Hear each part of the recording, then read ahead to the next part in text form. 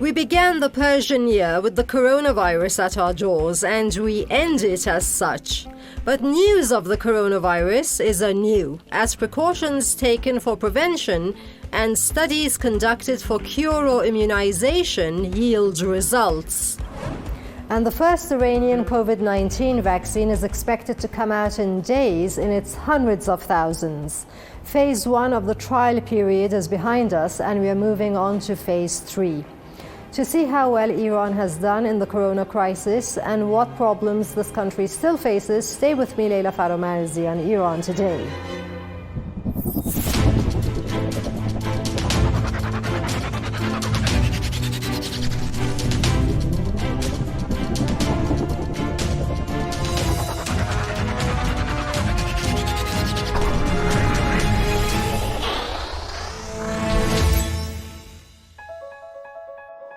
Phase 3 of the Coviran Barakat vaccine has since been administered, but only just, and it yet must prove itself. But as it may be too soon to speak for the layman, the doctor managing trial administrations appears confident. Like other health specialists I've spoken to, he tends to speak his mind. That would be Dr. Hosseini, whom we met at Tehran's Hotel Aram, where trial jabs are administered and subjects are supervised for safety. تو فاز 2 توی جمعیت بزرگتری چند صد نفری In phase 2, in a larger population of several hundred people, we still focus on antibody production in addition to safety. That is, we want to see how much antibody is produced and to what extent that immunity is achieved by memory cells, a notion that's called cellular immunity. These are measured using different methods, for instance, with different proteins and various CD markers. In this phase, we assess them to realize what an immune response we could get in a lab setting. In phase 3, as you mentioned, we will make sure we have safe vaccine and that it produces antibodies. Thus far, finalized versions administered to the population have been foreign vaccines, beginning with the Russian jab Sputnik 5. Iran's President Hassan Rouhani said the vaccination program will reach a remarkable level before the Iranian year ends March the 20th, with the delivery of other shipments of vaccines purchased from abroad. طبیعتاً این تحریم‌هایی که وجود داشت Naturally, the existing sanctions slowed down the efforts at all stages, especially in the industry sector. I'm not aware of the full extent of the problems, but those whose line of work is in the industry sector, with whom I have the honor to do clinical work, know that procuring much of resources and equipment have been extremely hard due to these unfair conditions. Of course, on the other hand, we can assume that such conditions push people to try to work more seriously. Iran bought 2 million doses of Russia's Sputnik 5 vaccine, according to the Food and Drug Administration. And the first shipment arrived in Tehran, the capital, on February the 4th. The health minister's son is known to have received the first Russian jab to prove its safety, as it is yet to be approved by the World Health Organization or the European Medicines Agency. Dr. Motawallian is vice president of Baqiyatullah Hospital University.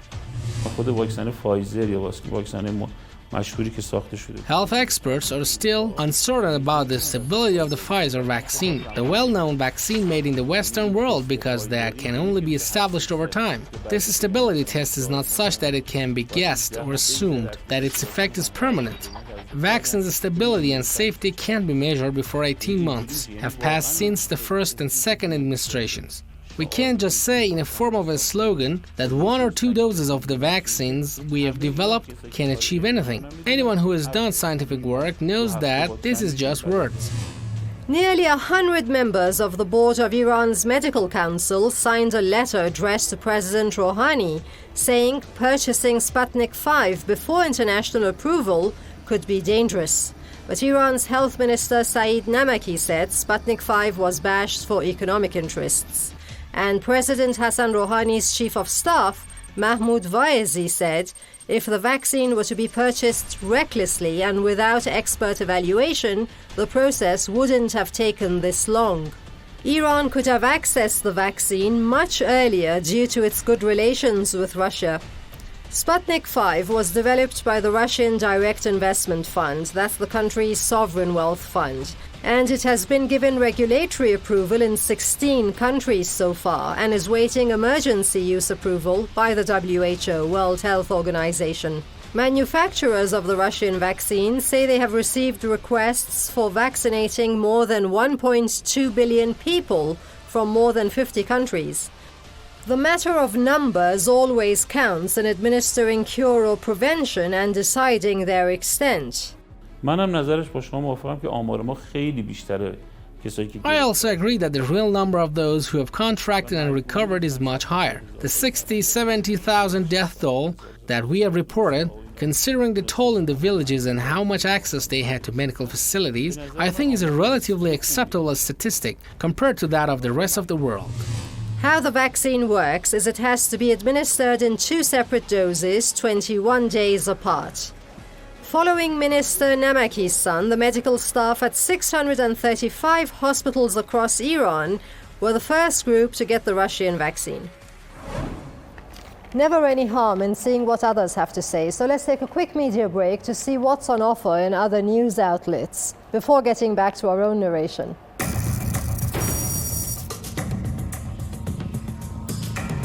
And an actual look at other outlets, beginning with Tasnim News. What Tasnim says: Iran's war on COVID-19, a model for containing contagious diseases, says the president. The president of Iran said the country's successful handling of the situation after the outbreak of the coronavirus pandemic can provide a roadmap to tackling contagious disease in future. Speaking at a meeting of the Coronavirus Fight National Headquarters, President Hassan Rouhani said Iran has taken very great and valuable measures to control the COVID-19 pandemic over the past year. The coronavirus statistics show that the overall situation in Iran, except in 1 or 2 provinces, is satisfactory, the president added, warning though that a 4th wave of the pandemic may erupt in case of laxity in carrying out the health regulations. A look at TRT World gives us an idea of the UN's mindset. UN says US sanctions hampered Iran's COVID-19 response. UN Special Rapporteur on Iran calls for easing of US sanctions on this country.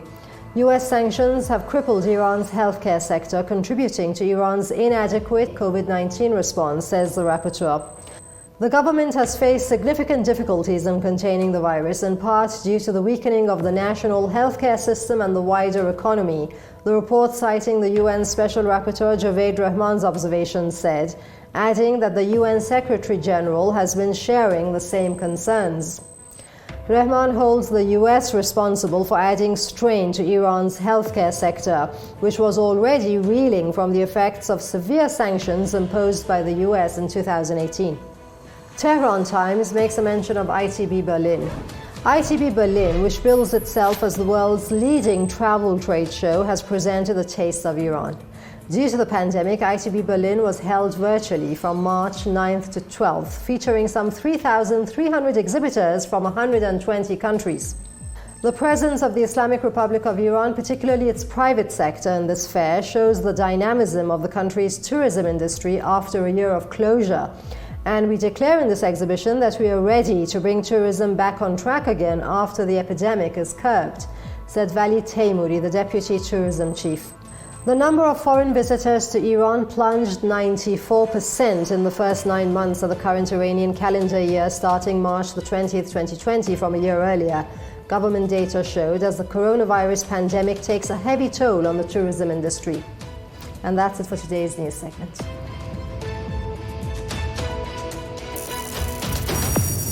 A joint scheme between Iran and Russia was scheduled for late March to mass-produce Sputnik 5 just before year-end in Iran.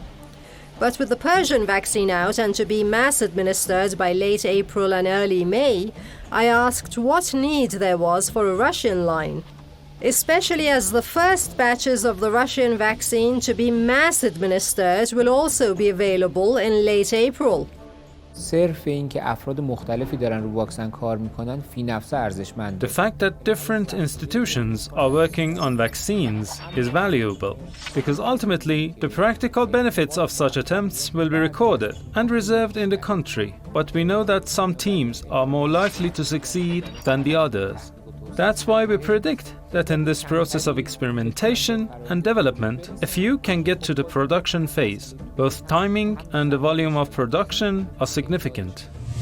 Doctors foresee a need for 120 million doses of the anti-corona COVID-19 vaccine to inoculate 60 million of Iran's 85 million strong population with 2 jabs each. But vaccine production and mass administration is a slow process everywhere, and this country is among the few to have even attempted the feat, and attempted it has, with success.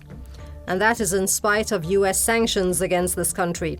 یک مرحله تولید شده، مرحله 2 مرحله نیمه صنعتی. Vaccine production has passed stage 1. The next stage of production is the semi-industrial phase, which we hope will provide several 100,000 doses a month, given the efforts that are being made.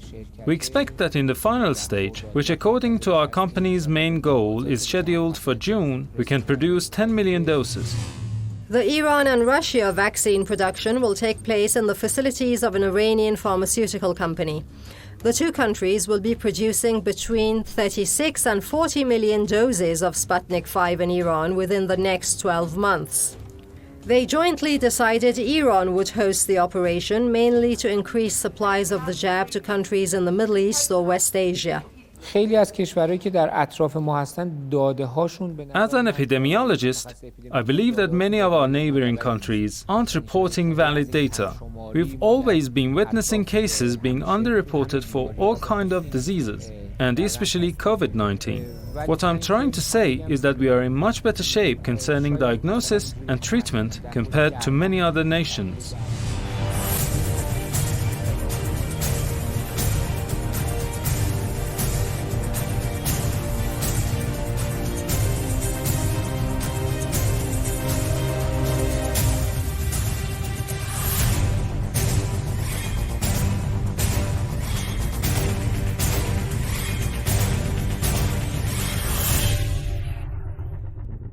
Time for a short break. We'll be back in no time.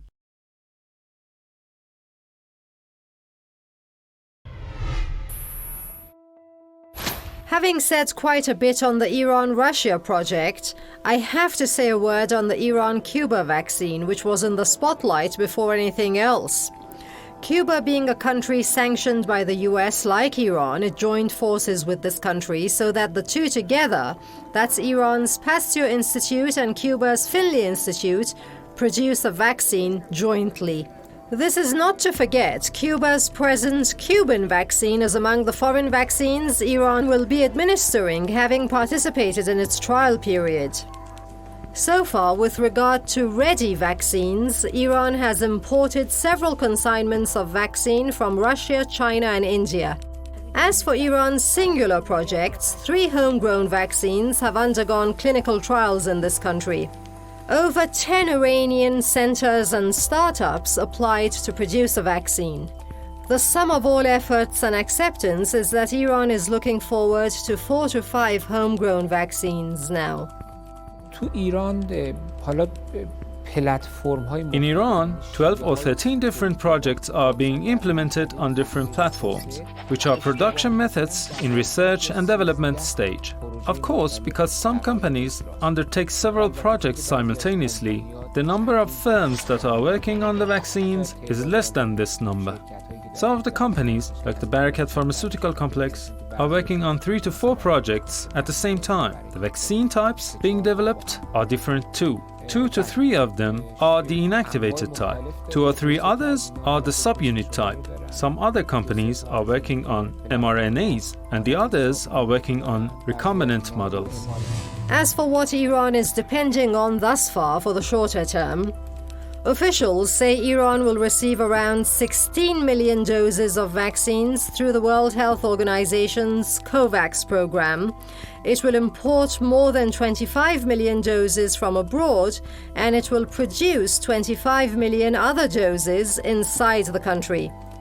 تنوع مختلفی از انواع Therefore, a different variety of vaccines that we have heard about in the world are being researched and developed in Iran, and some of them are still in the laboratory stage.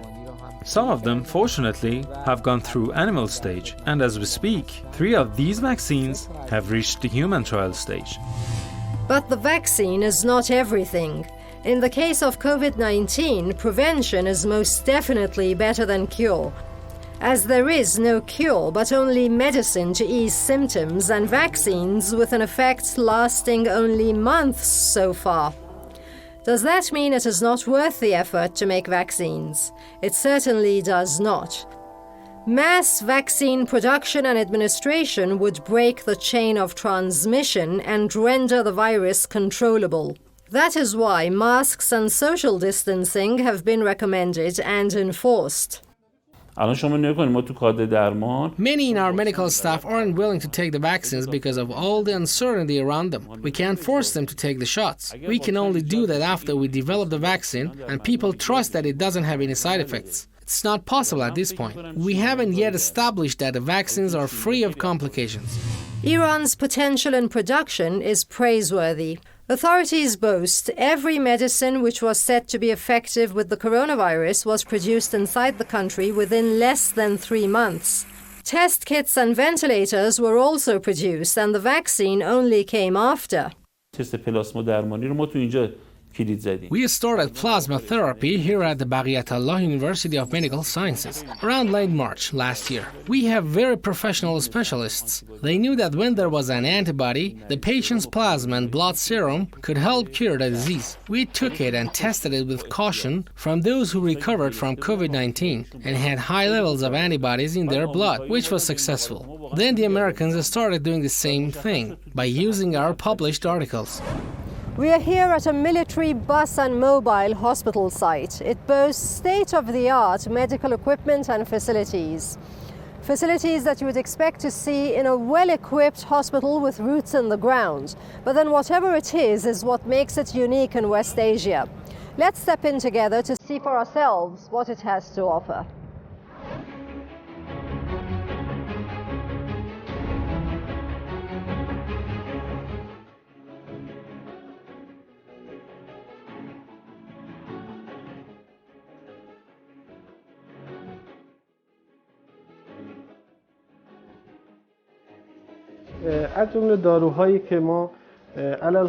One of the drugs we had trouble procuring, especially during the second wave of the coronavirus outbreak, was remdesivir.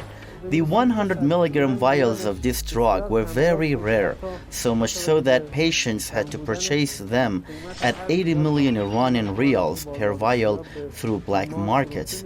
Thankfully, we have no shortage right now. Remdesivir was prescribed for COVID patients who are in critical conditions. The other drug given to cases who are experiencing a less severe form of the disease and are staying at home is favipiravir. We have enough supplies of this medicine at our hospitals and aren't experiencing any shortage.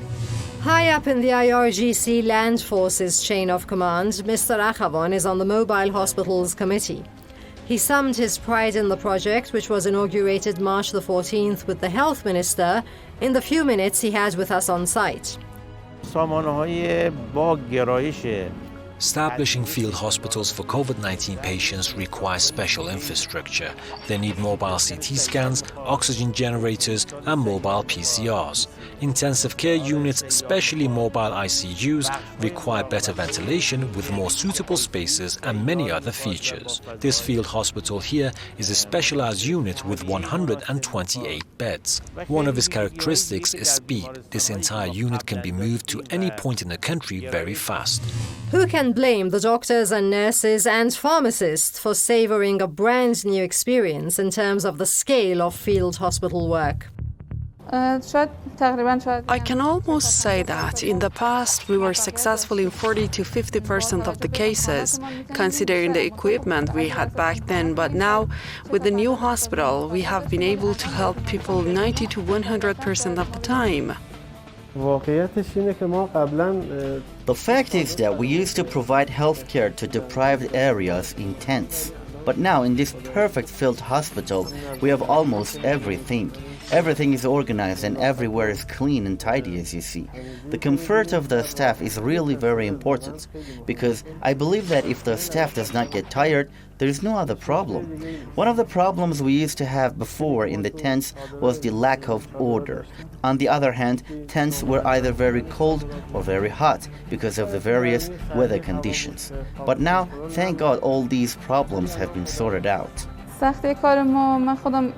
Speaking of the difficulty of our work, take me for example. I have two children who are not very old. One is 7 years old and the other is 9. My husband is also in the military and has a job that's like mine. We've been here since the weekend and we may have to stay until the end of the week if no problem comes up, God willing.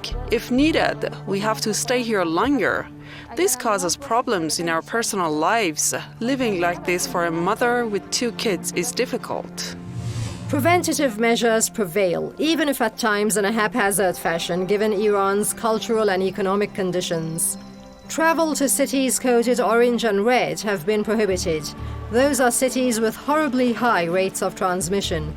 The government left its final announcement for New Year travel bans or easing of travel restrictions to 15th March. That's under a week to the 13-day New Year holidays. I asked my interviewees for an evaluation of the sum of efforts by the National Coronavirus Headquarters. We have imposed nighttime restrictions for several months, but haven't enforced them too seriously. There have been countries that imposed 5 p.m. to 6 a.m. lockdowns all of a sudden, and their death toll reduced to as low as 10 people per day. Social distancing is of paramount importance at this point. No tool is as effective as distancing, even face masks, because in my opinion, masks are signs that we need to maintain our distance. Iranians traditionally make hundreds of thousands of domestic New Year trips annually. Can you blame them, with 31 provinces to go to, each with a world-class wonder on display? Still, they have been urged not to plan trips to contagious regions, as the country's healthcare system has a limit. The public should maintain last year's lifestyle for another year, the president himself stressed. Iran is set to vaccinate enough people by the end of 2021 to reach herd immunity. The country is working on expanding all corona-related services. So far, we have deployed 200 mobile hospitals in different parts of the country in various geographical areas. The units provide the services for a week to some 4 million people. A memorandum of understanding is being reviewed between the Ministry of Health and the ground forces to bring 10 similar units to different military bases across the country. Goes without say, international borders have been under check with the coronavirus mutating and traveling at will. Iran began suspending flights to London in December 2020 over concerns about a surge in coronavirus cases and a new COVID variant in the UK. Also, the country in February closed 5 crossing points with Iraq to prevent the spread of the UK variant of the coronavirus again. Border customs offices, however, remained open to commerce, with traders and business persons from both countries presumably observing health protocols, of course. Everyone was confused at the beginning of the outbreak, and even some countries like the United States said there was no problem at all. I think the health and treatment conditions of our country is unique, due to the separation of the Health Ministry and the Science Ministry, something which exists in almost no other country. Until 1985, we had a Minister of Science that trained all medical, paramedical, and nursing students. We also had a Minister of Health. Several hospitals were under the supervision of the Minister of Science to educate students, while some others provided health services. The initiative in the Islamic Republic, which I think was an appropriate one, brought together the Minister of Health and the Minister of Education. In my opinion, the universities that provide health services too have been very successful in controlling and preventing COVID-19. As implied earlier, what has kept the country going with the coronavirus mutating and jumping borders is basic hygiene, masks, and social distancing, paired with health workers' tireless efforts and hospitals braving anything thrown at them. Hospitals have had to manage both their own resources and volunteers demanding they be trained to help. Classical hospitals, however, aren't the only ones with something to say for themselves. That's it for today. Thanks for watching from the whole team. Do return to the box at the same times next week and each week after, as you never know what's going to be on. And do leave your comments and topic requests. Bye for now.